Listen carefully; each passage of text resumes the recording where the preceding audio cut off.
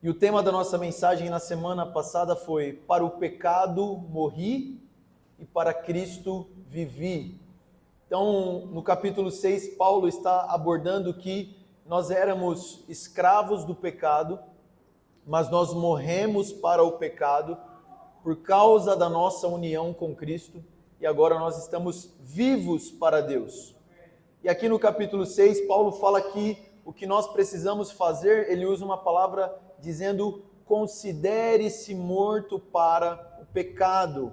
Então nós vimos que essa palavra considerar tem a ver com lembrar, tem a ver com pensar, tem a ver com constantemente você retomar essa verdade de que você está morto para o pecado e que o pecado não tem mais domínio sobre a sua vida. Na semana passada nós vimos que o pecado não é mais o nosso Senhor. Nós não somos mais escravos do pecado para que precisemos nos submeter ou a obedecer aquilo que o pecado nos mostra. E aqui no capítulo 7, Paulo ele vai introduzir um outro assunto. Ele já deu algumas pinceladas no livro de Romanos sobre este assunto, mas aqui no capítulo 7 é onde ele vai abordar mesmo este assunto, que é o assunto da lei.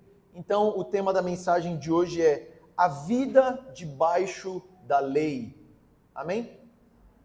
A vida debaixo da lei. Semana que vem, nós vamos ter um sermão em Romanos 8, onde ele vai ser chamado de a vida debaixo da graça, tá? Então, se você quiser saber como é a vida debaixo da graça, você tem que vir semana que vem.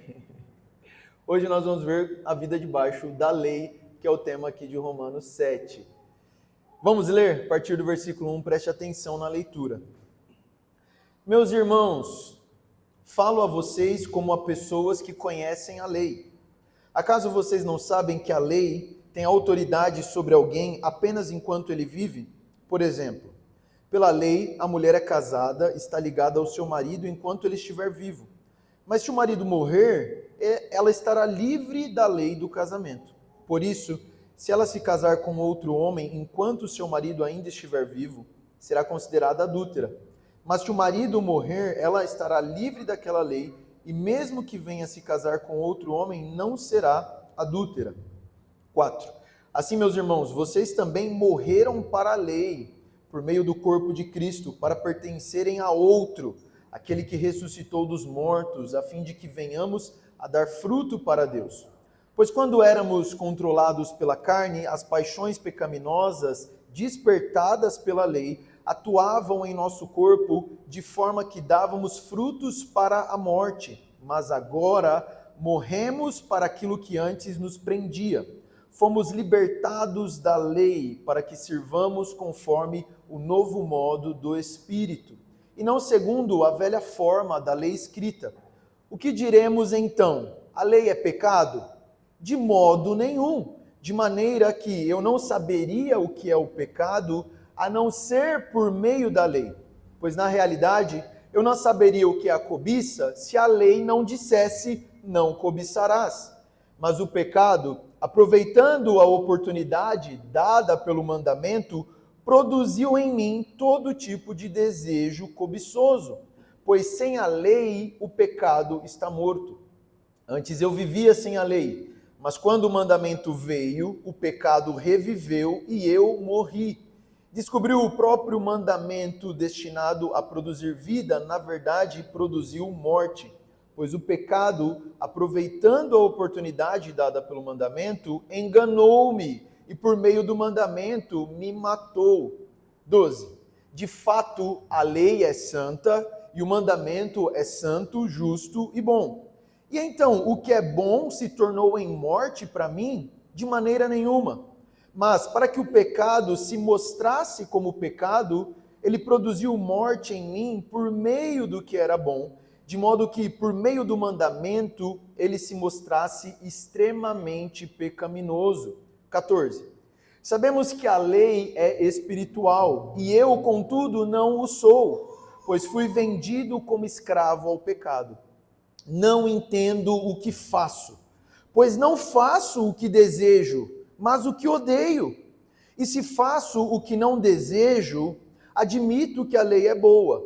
Nesse caso, não sou mais eu quem faz, mas o pecado que habita em mim. Sei que nada de bom habita em mim, isto é, na minha carne, porque tenho o desejo de fazer o que é bom, mas não consigo realizá-lo.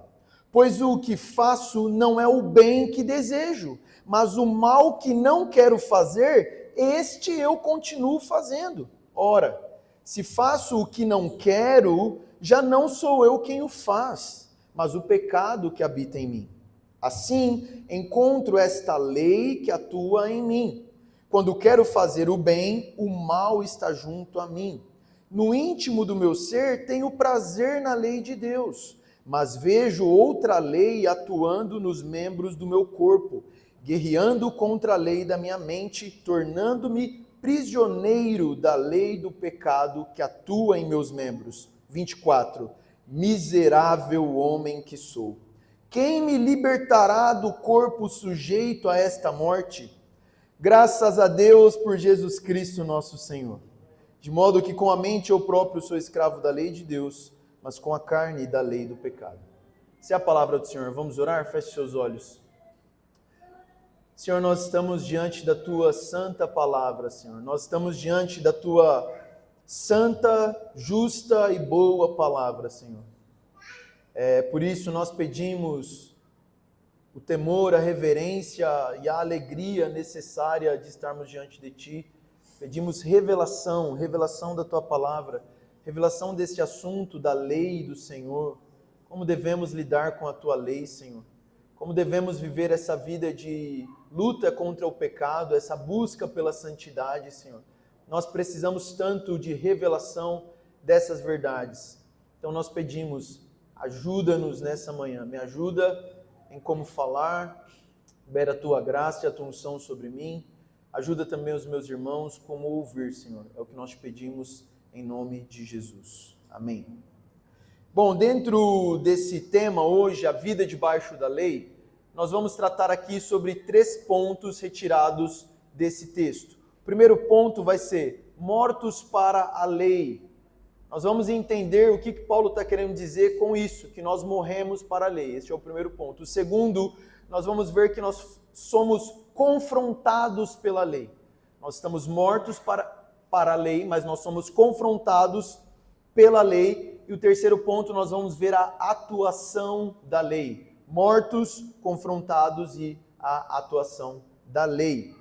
Bom, esse assunto é um assunto muito importante, você deve prestar muita atenção na mensagem de hoje, porque nós estamos falando da vida cristã, nós estamos falando do Evangelho, e no livro de Romanos nós estamos falando muito da graça de Deus, que nós fomos justificados pela fé, nós fomos justificados pela graça de Deus, isso não vem de nós, é uma obra de Deus. E talvez uma pergunta se levante, é uma pergunta que se levantou aqui, ok, mas e onde fica o espaço para os mandamentos? Ok, nós somos justificados pela graça, mas e a lei de Deus? Como fica a nossa relação com a lei do Senhor? Nós devemos, então, obedecer, guardar a lei ou não devemos guardar a lei? E este capítulo de Romanos também não é o assunto principal dele, mas ele é um capítulo muito debatido no meio teológico em relação a quem é esta pessoa que Paulo está descrevendo aqui. Se vocês perceberam, existe alguém aqui num dilema extremamente profundo. Existe alguém aqui que está dizendo, olha, o bem que eu quero fazer, eu não consigo. O mal que eu não quero fazer, eu acabo fazendo. E aqui nós vemos esse relato dessa pessoa que está nesse dilema da vontade, até o ponto que ele chega lá no versículo 24 e ele exclama, desgraçado, miserável homem que sou. Então nós queremos também investigar quem é essa pessoa. Será que essa pessoa é um cristão que está lutando contra o pecado? Será que muitas vezes você se vê nessa condição? Será que você se identifica com esse relato que nós temos aqui em Romanos 7? Então nós vamos ler tudo isso nesse sermão e o objetivo é que a gente aprenda a nos relacionarmos com a lei de Deus da forma correta, da forma bíblica. Então hoje nós vamos ler vamos aprender sobre a vida debaixo da lei, e o nosso primeiro ponto é mortos para o pecado. Dos versículos 1 ao versículo 6, Paulo começa então falando sobre essa analogia de um casamento. E basicamente o que ele está querendo dizer é: mulher, enquanto o seu marido estiver vivo, esquece de pensar em outra pessoa para casar. Enquanto o seu marido estiver vivo, ele é o seu marido, você deve estar casada com ele. Caso você decida casar com outra pessoa, isso é adultério. Mas aí Paulo diz, mas caso o marido morra e aquela mulher se torne viúva, então ela pode casar com uma outra pessoa. E aí tem aquelas piadinhas, né? Nunca pensei em divórcio, mas em assassinato... Brincadeira, gente, piada... Nunca pensei nisso. O caso de, se você ficar viúvo, você pode casar de novo. Você não vai cometer adultério, caso o seu cônjuge morra e você fique viúvo e case de novo. É o que Paulo está querendo dizer. E ele está dizendo o seguinte, olha, nós estávamos casados com alguém. E o que ele está querendo dizer aqui é que ele não está usando a analogia de casamento para falar que nós estávamos casados com o pecado. A analogia que ele usou para falar sobre o pecado é que nós éramos, no capítulo 6, que nós éramos escravos do pecado. Nós estávamos escravizados pelo pecado. Mas aqui ele diz que nós estamos casados com a lei de Deus. Nós somos maridos da lei, mulher da lei de Deus. E nós precisamos entender o que isso significa. Por quê? Porque quando continua a analogia que Paulo está usando aqui, ele vai dizer então que hoje nós estamos libertos do poder da lei, libertos da lei. Dentro da analogia do casamento, ele vai dizer que uma dessas partes morreu, então nós estamos liberados para um outro casamento. Se nós formos levar a analogia a fundo aqui, Paulo ele inverte um pouco o momento de dizer quem foi que morreu. Em um momento ele diz que nós morremos, mas na analogia ele diz que a lei também morreu. Mas no final das contas, o que ele está querendo dizer com essa analogia de casamento é, você está liberado. Você estava casado com a lei, mas agora você está liberado para casar com uma outra pessoa. Você morreu para a lei. Vamos ler novamente aqui a partir do versículo 2. Por exemplo, pela lei, a mulher casada está ligada ao seu marido enquanto ele estiver vivo. Mas se o marido morrer, ela estará livre da lei do casamento. Por isso, se ela se casar com outro homem enquanto seu marido ainda estiver vivo, será considerado adúltera. Mas se o marido morrer, ela estará livre daquela lei, e mesmo que venha se casar com outro homem, não será adúltera. Versículo 4. Assim, meus irmãos, vocês também morreram para a lei, por meio do corpo de Cristo, para pertencerem a outro, aquele que ressuscitou dos mortos, a fim de que venhamos a dar frutos para Deus. Paulo está dizendo, o casamento que nós tínhamos com a lei foi rompido. O casamento que nós tínhamos com a lei, ele foi destituído, ele foi separado, e agora você está livre para casar com um outro. E Paulo diz aqui quem é esse outro? Aquele que ressuscitou dentre os mortos. E ele vai dizer que nós então morremos para a lei. Mas isso se torna algo muito estranho. Porque como o próprio texto vai afirmar, a lei de Deus ela é boa. A lei de Deus ela é santa, a lei de Deus ela é justa. O que significa Paulo estar dizendo que nós morremos para a lei? E o que significa isso em relação à nossa luta para o pecado? Perceba, o ponto que Paulo está trazendo para nós na nossa luta para o pecado é, nós não morremos apenas para o pecado, nós morremos também para a lei. Irmão, preste atenção nisso, se você não entender este conceito e depois essa aplicação que Paulo vai trazer aqui, você não vai conseguir lutar contra o pecado.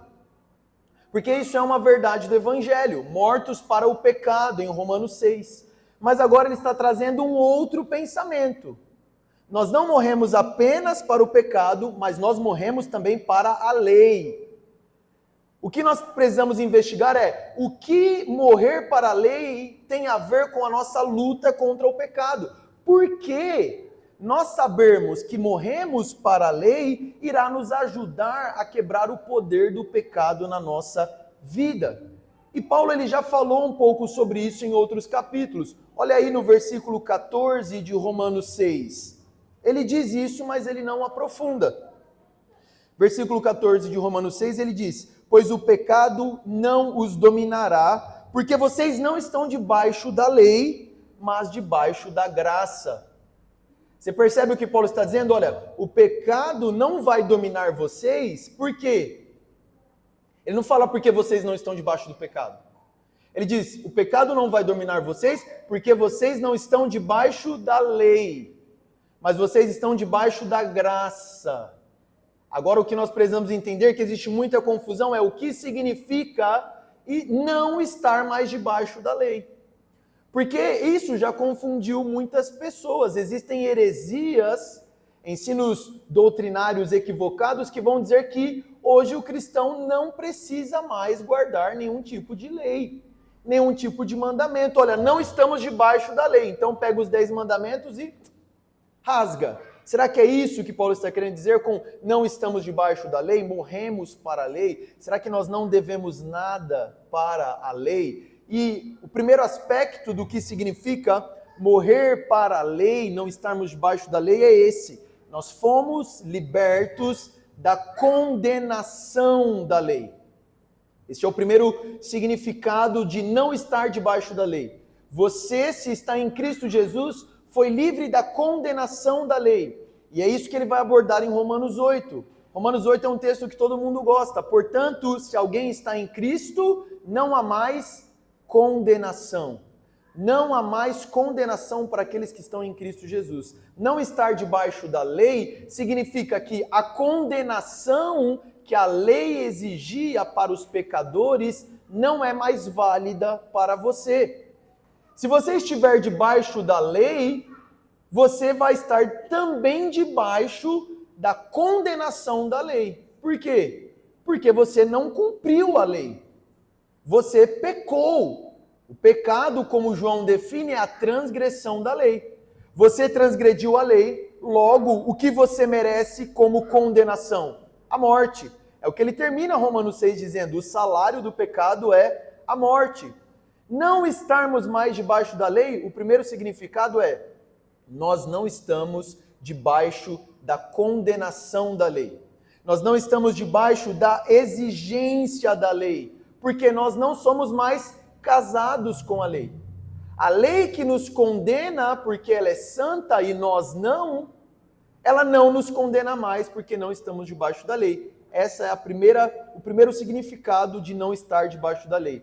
Mas não estar debaixo da lei, e é o significado principal que Paulo quer nos trazer aqui, é que nós também não estamos mais debaixo do sistema da lei.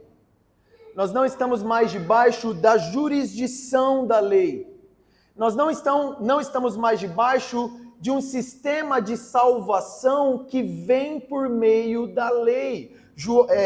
João capítulo 1, versículo 17, diz o seguinte, pois a lei foi dada por intermédio de Moisés, mas a graça e a verdade vieram por intermédio de Jesus Cristo. Em outras palavras, sendo um pouco curto e grosso, o que nós queremos dizer com não estamos mais debaixo da jurisdição da lei? Nós não estamos no Antigo Testamento. Nós não vivemos na velha aliança. Nós vivemos na nova aliança. Nós vivemos pós-advento de Jesus. Moisés trouxe a lei. O Antigo Testamento estava debaixo do cuidado da lei. O Antigo Testamento estava debaixo da jurisdição da lei como um sistema para a salvação e para a vida. Você lembra, por exemplo, a história do jovem rico? Lembra da história do jovem rico? Um jovem rico chega até Jesus e ele faz uma pergunta: bom mestre, o que posso fazer para herdar a vida eterna? E qual que é a resposta de Jesus? Cumpra os mandamentos. E aí ele pergunta, quais? E aí Jesus fala os mandamentos, e qual que é a resposta do jovem rico? Isso aí eu já faço. O que é isso? O que é esse diálogo? É a jurisdição da lei. O jovem rico pergunta, o que posso fazer para ter a vida eterna? E a resposta de Jesus é, cumpra os mandamentos. E é o que o Antigo Testamento sempre falou sobre a lei. Obedeça a lei e você encontrará a vida, a jurisdição da lei de Moisés. E aí a resposta do jovem rico é, isso aí eu já faço. E aí o que Jesus faz? Ele põe à prova a jurisdição da lei. Em outras palavras, o que Jesus está falando é o seguinte, vamos ver se a jurisdição da lei foi eficaz. Vamos ver se a jurisdição da lei realmente providenciou vida eterna para esse jovem. Vamos ver se cumprir os mandamentos, como ele acha que está cumprindo, gerou vida. Vamos fazer um teste. Então, vende tudo que tem, dá aos pobres e siga-me. Aí não. O que Jesus está denunciando? Que esse sistema da lei do Antigo Testamento, de cumprir os mandamentos para fazer parte do povo de Deus, ou cumprir os mandamentos para adquirir vida, não funciona. Porque quando Jesus vai no coração do jovem rico, o coração do jovem rico está longe de Deus. E no Novo Testamento nós vemos outros grandes exemplos disso. Por exemplo, quando Jesus nos conta a parábola do fariseu e do publicano. O fariseu está orando, Senhor, olha, eu sou demais. Eu jejuo, eu oro, eu cumpro os seus mandamentos, não sou como aquele publicano. E a parábola diz que o publicano, ele batia no peito com a cabeça curvada, dizendo, Senhor, eu não sou digno, eu não sou nada. E a conclusão de Jesus é, quem foi para casa justificado? O fariseu que cumpria a lei de Moisés, que dava o dízimo do cedro, do hortelã, que era rígido em cumprir a lei. Essa não era a principal característica dos fariseus? A rigidez no cumprimento da lei? Mas Jesus, nessa parábola, está dizendo que quem foi para casa justificado não era aquele que achava que estava cumprindo a lei, mas é aquele que reconheceu a sua indignidade diante do Senhor. Quando Paulo está dizendo que nós não estamos mais debaixo da lei, nós não estamos mais debaixo desse sistema, irmãos, onde eu faço alguma coisa, onde eu obedeço a Deus, para então eu receber algo em troca de Deus. E você precisa prestar atenção nisso, porque talvez muitos de vocês, por mais que tenham sido mortos para a lei, ainda estão vivendo nesse sistema. Por exemplo, obediência por medo de ir para o inferno. Obediência por medo de uma punição é estritamente estar debaixo da lei. Ou quando você cumpre todas as leis, quando você anda certinho diante de Deus, você acha então que Deus por isso precisa abençoar a sua vida. Quando alguma coisa ruim acontece na sua vida, você faz a seguinte pergunta, o que eu fiz de errado? Essa pergunta, o que eu fiz de errado para essas coisas ruins estarem acontecendo comigo, é estar debaixo do sistema da lei. Porque você julga que se você fez tudo certinho, se você cumpriu a lei, nada de errado deveria acontecer na sua vida. Coisas boas deveriam te acontecer. Porque afinal, se eu obedecer à lei, vou receber vida. O que é isso? Antiga aliança. É estar debaixo da lei. E o que Paulo está dizendo é, enquanto você tiver essa mentalidade, continuar vivendo como se estivesse debaixo da lei, você não vai ter vitória sobre o pecado. Paulo está querendo nos instruir, nós morremos para o pecado e morremos também para a lei. O que isso significa? A condenação da lei não tem mais poder sobre nós e nós não estamos mais debaixo desse sistema de cumprir a lei para receber algo. Nós estamos debaixo da era da graça, onde, já vou dar um spoiler aí da semana que vem, nós obedecemos porque fomos aceitos. E não obedecemos para sermos aceitos. Porque nós já fomos aceitos, porque nós somos amados, nós obedecemos.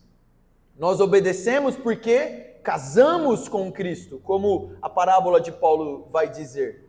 O que nos motiva agora não é o medo. O que nos motiva agora não é a barganha com o Senhor. O que nos motiva agora é o amor e a alegria. Isso significa não estar debaixo da lei. E um outro e último significado sobre não estar debaixo da lei é: nós fomos libertos da incapacidade da lei. Nós fomos libertos não apenas da condenação, mas fomos libertos da incapacidade da lei. Ou seja, nós fomos libertos daquilo que Paulo vai dizer aqui, que a lei é incapaz de salvar. Nós fomos livres da incapacidade da lei. Nós fomos livres da incapacidade da lei, primeiro, porque nós não conseguimos cumprir a lei, e a lei também não consegue nos salvar. Irmão, graças a Deus por isso, é o final do texto, graças a Deus por Cristo Jesus. Porque se nós fôssemos salvos por meio da lei, quem aqui seria salvo? Se nós precisássemos da lei para conseguir a nossa salvação, ninguém seria salvo. Nós fomos libertos da incapacidade da lei. Este é o primeiro ponto, nós morremos para a lei. Agora o segundo ponto é, nós somos confrontados pela lei. O que isso significa? Ser confrontado pela lei. É o que Paulo vai explicar para nós do versículo 7 até o versículo 11. E aí, a pergunta inicial dele aqui é: que diremos então? A lei é pecado? Em outras palavras, a pergunta que a gente precisa se fazer agora: então para que serve a lei? A lei é pecado? Porque se eu não posso mais estar debaixo da lei, a lei é ruim, a lei é pecado? Para que serve a lei? E a resposta de Paulo é: de jeito nenhum. A lei não é pecado. E agora preste atenção, irmão, para você saber qual é o objetivo da lei, que Paulo vai explicar aqui nesses próximos versículos. De fato, olha o que ele começa a dizer: eu não saberia o que é pecado a não ser por meio da lei. O primeiro objetivo da lei é revelar o nosso pecado. A lei, ela funciona como um espelho para nós. A lei, ela nos mostra quem nós realmente somos. E ele continua: eu não saberia o que é cobiça se a lei não dissesse não cobiçarás. Então, antes que a lei chegasse, você não sabia o que era pecado. E eu já dei esse exemplo aqui. Eu sempre falo, imagina só que exista uma lei que ainda está escondida para você, mas essa lei é o seguinte: é pecado ficar sentado. Você ainda não sabe. Então você está ali tranquilão, sentado, numa boa. Sua consciência está tranquila, porque você não sabe que é pecado estar sentado. Mas aí chega uma lei. É pecado estar sentado. Qual é a primeira coisa que vai vir na sua mente? Nossa, eu estou errado. Eu estou transgredindo a lei, eu estou pecando. O objetivo da lei, então, o primeiro objetivo é revelar o pecado. Sabe o que acontece, irmãos, quando nós começamos, por exemplo, a viver a vida da igreja? Pessoas falam assim: nossa, a gente começa a pensar mais sério sobre essa questão da vida da igreja, começa a borbulhar um monte de problema, um monte de situação. Não é que começa a surgir, aquilo só começa a ser revelado por causa de algo intenso que você está vivendo, mas já estava lá dentro.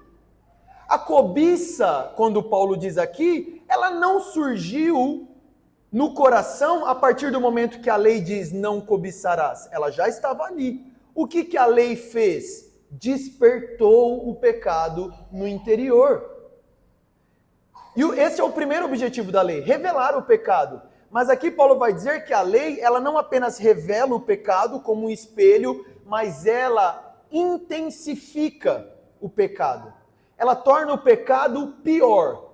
Olha o que ele diz no versículo 8. Mas o pecado, aproveitando a oportunidade dada pelo mandamento, perceba que não é o mandamento que te faz pecar. Paulo está dizendo, olha, o pecado ele é um sorrateiro, ele é um malandro. O pecado, aproveitando a oportunidade dada pelo mandamento, produziu em mim todo tipo de desejo cobiçoso. Rapaz, eu estava tranquilo. Eu não estava cobiçando nada. Bastou falar não cobiça que eu já comecei a cobiçar um monte de coisa. É isso que Paulo está dizendo. O pecado, ele não só revela, a lei não só revela o pecado, como ela intensifica a nossa habilidade, a nossa capacidade de pecar. Gente, isso aqui é meio escandaloso. A lei, ela estimula o pecado no nosso interior. Uma das razões pela qual Deus deu a lei mosaica foi revelar para o povo a extensão do pecado no seu interior. E o próximo ponto que nós vamos ver, a necessidade de novas medidas para lidar com o pecado. Por que nós não estamos mais debaixo da lei? Porque, primeiro, a lei revela o nosso pecado. Segundo, a lei incentiva, ela intensifica o nosso pecado. O que Paulo está querendo dizer? Quanto mais lei, o que vai aparecer mais, gente? Mais pecado. É por isso que Paulo está dizendo, nós precisamos morrer para a lei. Porque quanto mais lei, mais pecado. Outra coisa, uma lei aqui que está aqui dentro que você não sabe ainda. Vocês estão tudo errado aqui, gente, mas vocês não sabem. Não pode ficar sentado e também não pode cochilar. Tem um monte de gente aqui pecando. Aí eu acrescento mais uma lei. Não pode ficar de olho aberto. Mais uma. Quanto mais lei, mais pecado. É isso que Paulo está querendo dizer. Eu nem sabia o que era cobiça. Ela estava lá dentro, mas estava quietinha. A lei veio e eu comecei a cobiçar. Mas aí eu não comecei a cobiçar pouco. Eu estou cobiçando muito. É isso que Paulo está querendo dizer. Olha só o que ele diz no final do versículo 13. De maneira nenhuma. Para que o pecado se mostrasse como o pecado, ele produziu morte em mim por meio do que era bom. De modo que por meio do mandamento ele se mostrasse extremamente pecaminoso. Porque a gente pode pensar o seguinte, então a lei é ruim. Já que a lei faz isso, a lei é ruim. Paulo vai dizer no 12, não, a lei é santa, o mandamento é justo e bom. E aquilo que era bom então se tornou mal? Não. O pecado usurpou do mandamento para se mostrar mais pecaminoso ainda. Por que Deus deu a lei no Antigo Testamento? Para que o povo percebesse o quão pecador ele era. A lei tem um propósito. Qual é o propósito da lei? Mostrar que, meu irmão, você não vale nada. O objetivo da lei é mostrar que você é um transgressor da lei. Tem uma música que diz o seguinte, o que você faz quando ninguém te vê fazendo? Eu já dei esse exemplo, tem um filme que mostra um dia sem lei. O que você acha que as pessoas fariam em um dia que não houvesse punição? Você pode fazer o que você quiser, não tem lei, não tem punição da lei. E a realidade que esse filme traz é que as pessoas trazem o pior que existe dentro delas para fora. Ou seja, quando a lei vem, ela nos mostra o quão ruim nós somos. E não somente isso, ela intensifica os desejos carnais. Sabe aquela frase, e Paulo ele está explicando literalmente isso aqui, tudo que é proibido é mais gostoso? Uma frase, assim, infeliz, mas muitas vezes acertada. É justamente isso que Paulo está dizendo. A proibição, ela gera algo no nosso interior, a proibição das leis. É isso que Paulo está querendo dizer. Eu nem sabia o que é cobiça. A lei veio dizendo não cobiçará. Agora a única coisa que eu sei fazer é cobiçar. A proibição, o não, ele gera algo no nosso interior. E o nome disso é rebeldia. Nós somos, por natureza caída, rebeldes. E, gente, nós experimentamos isso na nossa vida. Olha, não olha para trás. Meu Deus do céu. O pescoço quase quebra para olhar para trás. Não olha para trás. Experimenta falar para a criança, não pisa na poça. Né, Nath? Ontem lá numa festinha, estava chovendo, estava tudo molhado lá fora, a Natália falou, Benjamin, pode brincar lá fora, mas não se suja. Eu falei, rapaz, tá pedindo pro menino se sujar. Então, em um certo sentido, a lei ela faz isso conosco. Olha só, ali quando Deus dá os 10 mandamentos, o segundo mandamento é não faça para você imagens esculpidas. O que o povo de Israel faz logo em seguida? Imagem. O que não pode fazer? Vamos fazer aquilo. E olha só, eu quero ler um trecho para você aqui de Confissões, de Agostinho. Olha o que ele diz aqui, neste trecho do livro dele.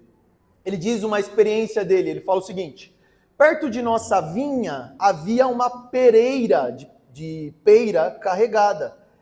Só nesse contexto mesmo, né, para ter uma pereira. Eu nunca nem vi árvore de pera, mas ok. Embora as frutas não fossem particularmente atraentes, nem pela cor, nem pelo sabor, eu e alguns outros jovens tivemos a ideia de sacudir a árvore e levá-las embora. Partimos tarde da noite e roubamos todas as frutas que conseguimos carregar. Não foi para nos alimentarmos, podemos ter provado algumas, mas depois jogamos todo o restante aos porcos. Nosso verdadeiro prazer se limitou ao fato de fazermos algo que não era permitido. Eu tinha abundância das melhores peiras na minha casa.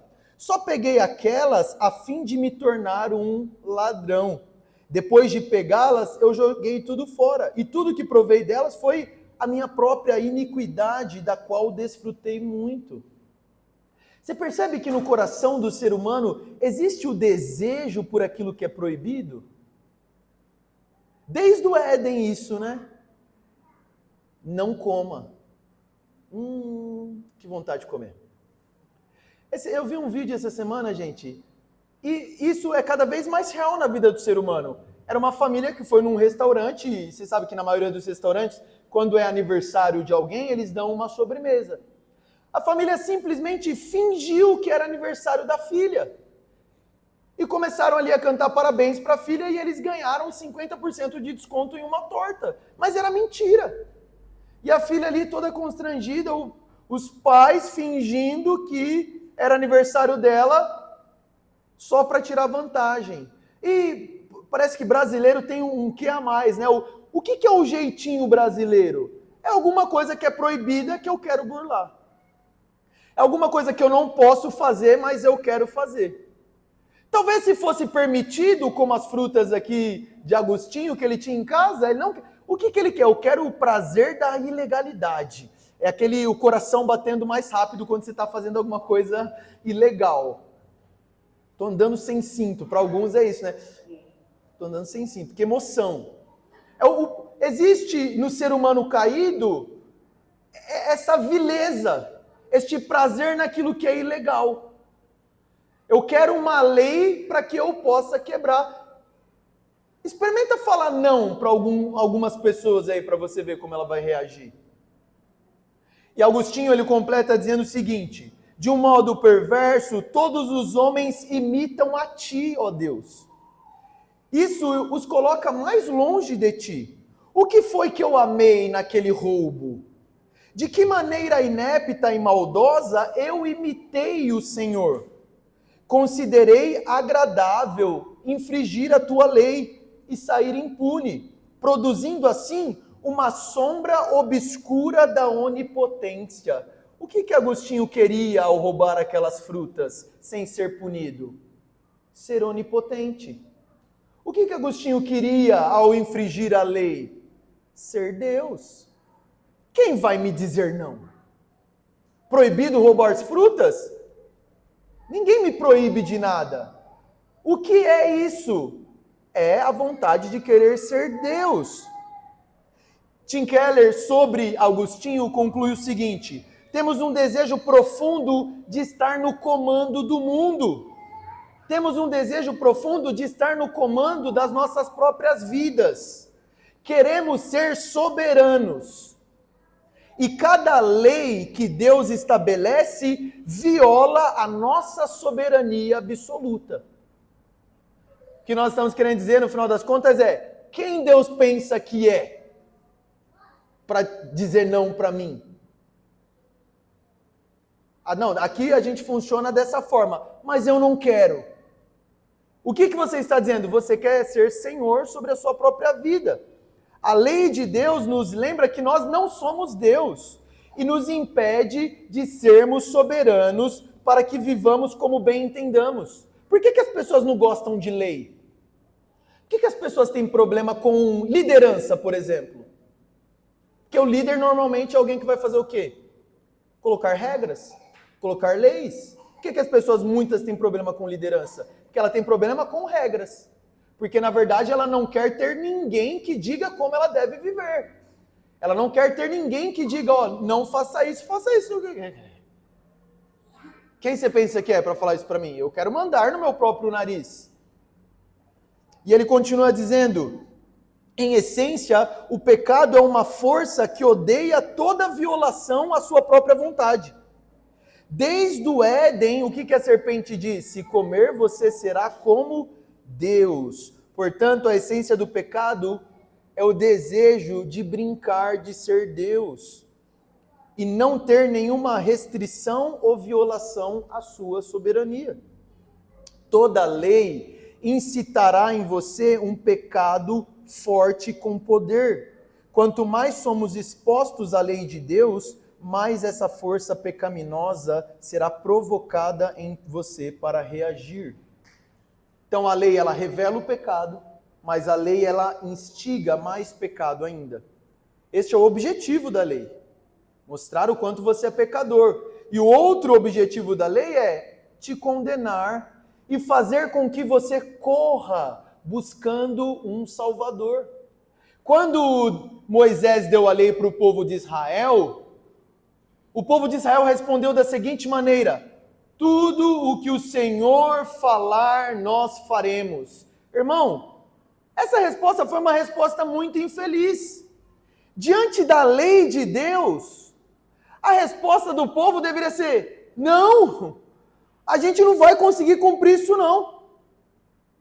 Nós precisamos de um outro meio de salvação. Desse jeito aí não tem como. O objetivo da lei deve ser te empurrar para um Salvador. Deus ordena o que não conseguimos fazer. Presta atenção nisso. Deus ordena o que nós não conseguimos fazer, a fim de que possamos saber que devemos buscar a Ele. Quando a lei é dada, meu irmão, o que você precisa fazer? Deus, preciso de você. Eu não consigo cumprir isso aqui não. Eu estou condenado, eu estou mal sem você. Eu estou mal debaixo da lei. Então, este é o segundo ponto. Nós somos confrontados com a lei. Eu quero só ler um texto ainda sobre isso. Está lá em Gálatas. Gálatas capítulo 3. Gálatas capítulo 3, vamos ler a partir do versículo 19. Paulo vai sintetizar aí também essa ideia da lei. Qual era então o propósito da lei?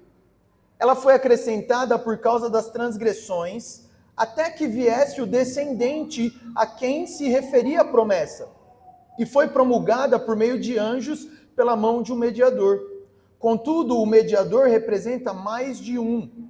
Deus, porém, é um. Então a lei opõe-se à promessa de Deus? De modo nenhum. Pois se tivesse dado uma lei que pudesse conceder vida, certamente a justiça viria da lei. Olha o que Paulo está dizendo. Se a lei pudesse conceder vida, adivinha só, não precisaria de Jesus. Se por meio da lei a gente pudesse alcançar vida eterna, não teria sido necessário Jesus vir. Versículo 22. Mas a Escritura encerrou tudo debaixo do pecado, a fim de que a promessa que é pela fé em Jesus fosse dada aos que creem. Antes que viesse essa fé, estávamos sob a custódia da lei. É a mesma coisa que Paulo está dizendo em Romanos 7. Nela encerrados até que a fé que haveria de vir fosse revelada. Assim a lei foi o nosso tutor até Cristo, para que fôssemos justificados pela fé. Agora, porém, tendo chegado à fé, já não estamos mais sobre o controle do tutor, não estamos mais debaixo da lei. E qual é a conclusão? Qual é a conclusão de Paulo aqui nesse texto? Que o nosso terceiro ponto é vivendo debaixo da lei. Com que se parece essa vida vivida debaixo da lei? E aí chegou a hora de nós aplicarmos tudo isso. Porque a partir do versículo 14, Paulo vai começar a contar uma experiência. E a experiência de Paulo é o seguinte, versículo 15. E eu quero que você preste muita atenção nessa experiência. Versículo 15. Não entendo o que faço, pois não faço o que desejo, mas o que odeio. E se faço o que não desejo, admito que a lei é boa. Nesse caso, não sou eu mais quem faz, mas o pecado que habita em mim. Sei que nada de bom habita em mim, isto é, na minha carne, porque tenho o desejo de fazer o que é bom, mas não consigo realizá-lo. Pois o que faço não é o bem que eu desejo, mas o mal que eu não quero fazer, este continuo fazendo. Olha o relato que Paulo está dizendo, olha, eu tenho muita vontade de acertar. Eu tenho muita vontade de fazer o que é certo. Eu tento fazer o que é certo. Eu tento não pecar. Eu me esforço para não pecar.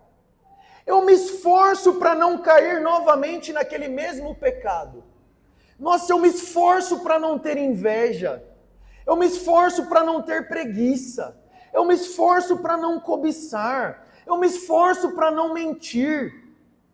Eu me esforço para não fofocar. Eu me esforço para não odiar o meu irmão, não sentir raiva dele. Eu me esforço para fazer o bem, mas eu não consigo. O bem que eu quero, este não faço.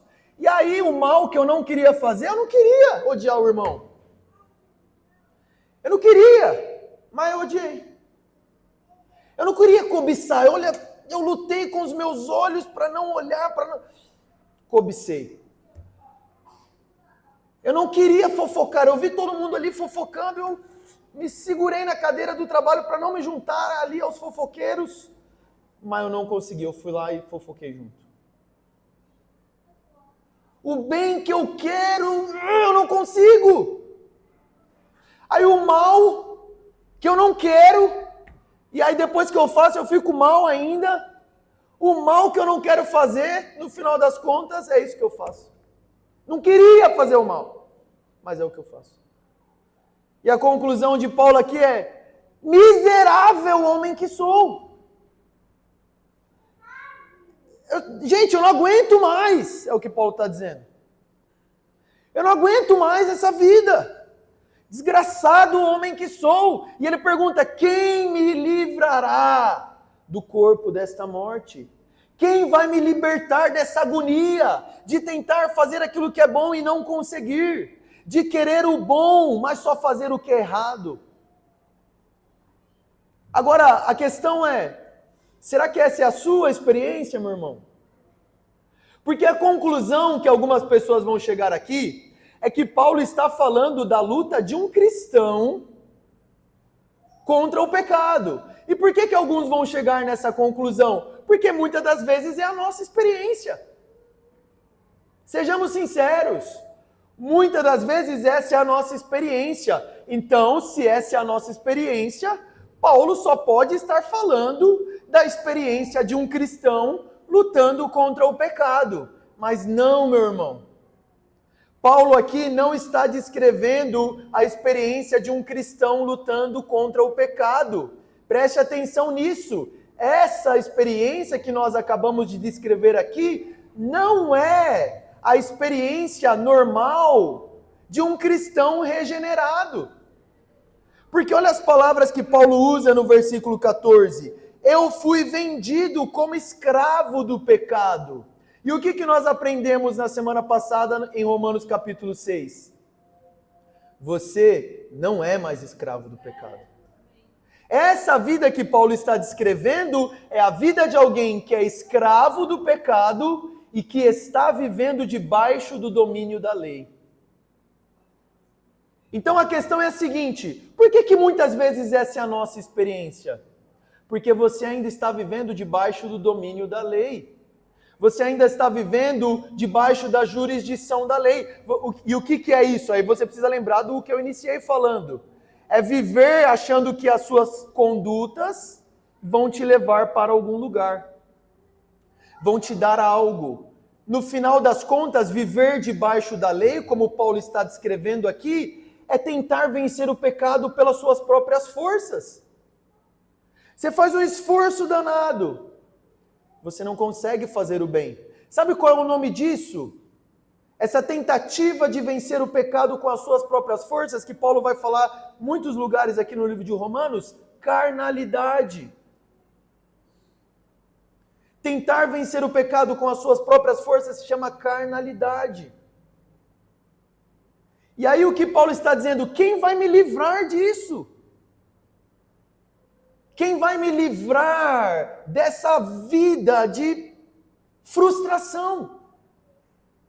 Porque no final das contas, irmão, viver dessa maneira é frustração. Sabe por quê? Porque você nunca vai conseguir vencer o pecado com as suas próprias forças. O que você precisa entender que o Evangelho está dizendo é união com Cristo. O Evangelho, meu irmão, não é um livro de regras que agora você recebe e que você precisa cumprir. Isso não é o Evangelho. Isso se chama legalismo. A vida cristã não é simplesmente o que eu preciso fazer para ser salvo. Quais são as regras que eu preciso cumprir? Eu não estou com... Porque tem a questão, né? Quando você é dessa forma, você não é só dessa forma em relação a você. Você também é dessa forma em relação ao outro. Você quer pegar aquelas leis que aparentemente funcionam para você e você quer impor essa lei ao outro. Você tem que fazer isso aqui. Você não está fazendo isso aqui, por isso que está dando tudo errado na sua vida. O Evangelho não é esse conjunto, não é simplesmente moralidade, não é simplesmente ética, não é simplesmente certo e errado. O Evangelho é: você morreu para o pecado, você não está mais debaixo da lei e agora você está unido a Cristo. E porque Cristo teve vitória sobre o pecado, você também pode ter vitória sobre o pecado. Não pelas suas próprias forças, mas por causa da sua nova natureza de não mais escravo do pecado, mas escravo de Cristo. Em Gálatas, Paulo fala: não sou mais eu quem vivo. Se não sou mais eu quem vivo, não sou mais eu e as minhas próprias forças que vence o pecado. Cristo vive em mim. Você não vai vencer o pecado, irmão, se esforçando muito para vencer o pecado. Isso aí é a história do povo de Israel, no Antigo Testamento inteiro. A vitória sobre o pecado se dá neste ponto, quando nós chegamos aqui no versículo 25. Graças a Deus por Jesus Cristo nosso Senhor. É lembrarmos, nos considerarmos mortos para o pecado e vivos para com Deus. É nos lembrarmos da nossa união com Cristo. Nós morremos com Cristo e ressuscitamos com Cristo para andar em novidade de vida. Vamos só um spoiler, Romanos capítulo 8, versículo 1, olha o que ele diz. Portanto, agora já não há condenação para os que estão em Cristo Jesus. Você está em Cristo Jesus. Não há condenação, você não está mais debaixo da lei. Porque por meio de Cristo Jesus, olha aí o que nós vamos ver semana que vem, a lei do Espírito e da vida me libertou da lei do pecado e da morte. Eu não preciso mais viver debaixo dessa lei do pecado e da morte, eu me esforço e... frustração. culpa, condenação, porque eu caí de novo. Existe uma nova lei que rege a nossa vida. A lei do Espírito e da vida, versículo 3. Porque aquilo que a lei fora incapaz de fazer, por estar enfraquecida pela carne, e aí não é culpa da lei, é culpa nossa, Deus fez. Essa é a resposta, irmão. Deus fez. Aquilo que a lei não conseguia fazer, e aquilo que por meio da lei você também não consegue, olha só o que o Evangelho diz. Deus fez. Deus venceu o pecado em Cristo Jesus. Jesus pagou o preço da nossa salvação. Jesus foi condenado em nosso lugar. Jesus ressuscitou em nosso lugar e nós ressuscitamos com Ele. Jesus venceu o pecado e porque nós estamos unidos com Ele, nós somos casados com Ele, nós também podemos vencer o pecado. Versículo 4, a fim de que as justas exigências da lei, olha aí, fossem plenamente satisfeitas em nós. As justas exigências da lei fossem satisfeitas em nós. Quando Deus olha para nós, Ele vê a justiça de Cristo em nós. Isso é a justificação pela fé. Deus olha para nós e Ele vê a justiça de Cristo em nós. E aí, semana que vem, o que nós vamos aprender? A não andar segundo a carne, mas andar segundo o Espírito. Mas você precisa lembrar, Deus fez em Cristo Jesus. A resposta ao miserável homem que sou é graças a Deus por Cristo Jesus. Agora, irmão, se você ainda está vivendo dessa forma, que nós lemos aqui em Romanos capítulo 7, você precisa de uma nova revelação do Evangelho. Você precisa dessa revelação, Deus fez. Você precisa entender que não tem a ver com as suas forças. Vamos nos colocar em pé.